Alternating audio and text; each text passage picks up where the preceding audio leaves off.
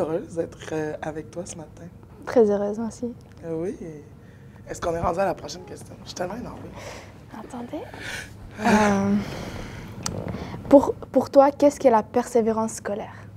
Ah, cette question. Bien, il y a plusieurs niveaux de persévérance scolaire. Hein? Il y a la persévérance scolaire pour les gens pour qui l'école, c'est amusant. La persévérance scolaire pour les gens qui aiment l'école, c'est juste de continuer de se dépasser puis de vouloir aller plus loin, de se rendre encore plus loin de ce qu'ils sont déjà capables de faire.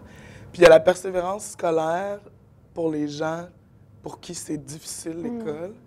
Puis pour eux, bien, la persévérance scolaire, c'est de ne pas se comparer, de ne pas avoir des objectifs qui ne ressemblent pas à là où ils sont rendus en ce moment.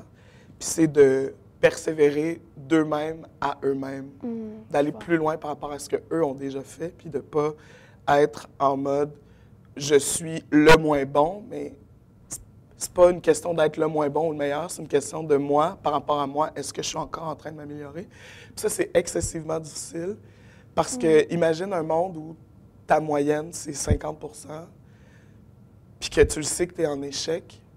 Puis si l'évaluation d'après, tu te rends à 56, ben le voir comme une victoire, c'est quand même complexe. Mais c'est ça. C'est comme ça que je vois la persévérance. Comment tu vois ça, toi, la persévérance? La persévérance scolaire, il y a 2 points. C'est avoir, genre, continuer, avoir pas meilleures notes, là, mais quand même être bon à ce que tu fais à l'école, pouvoir passer ton année. Et il y a aussi l'autre, genre, persévérance scolaire. Genre, c'est pas juste pour l'école, c'est te motiver vraiment, venir à l'école, aller à tous tes cours, pas sécher l'école, genre vraiment avoir l'envie de venir à l'école.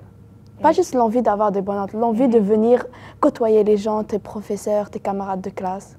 C'est ça pour moi. Il faut aussi avoir de bonnes notes, mais aussi avoir, genre, les gens, il y a beaucoup de gens, genre, ils viennent, ils ont des bonnes notes, tout ça, mais ils n'ont aucune envie de venir à l'école.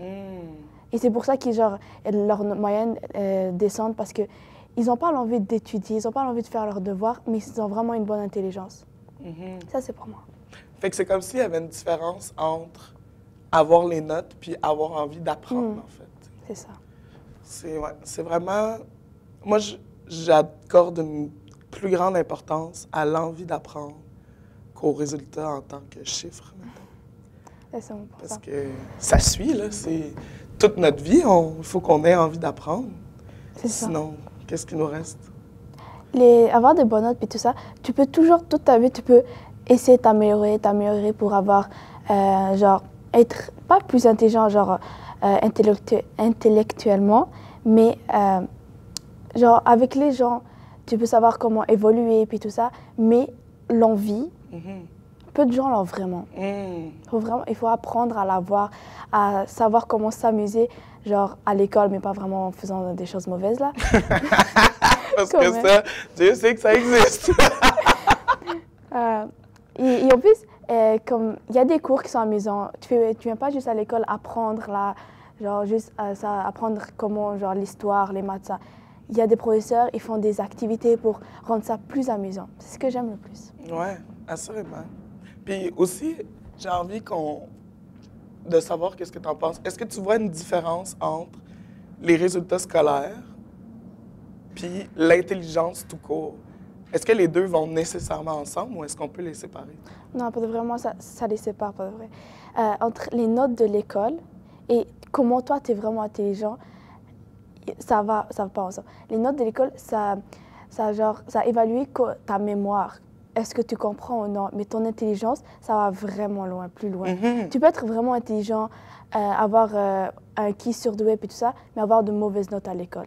Vraiment. Bien, je suis contente que tu dises ça, parce que c'est toujours ce que j'ai pensé. Puis là, je me suis demandé, est-ce qu'une élève intelligente qui a des bonnes notes comprend quand même le fait que ça peut être deux choses complètement différentes?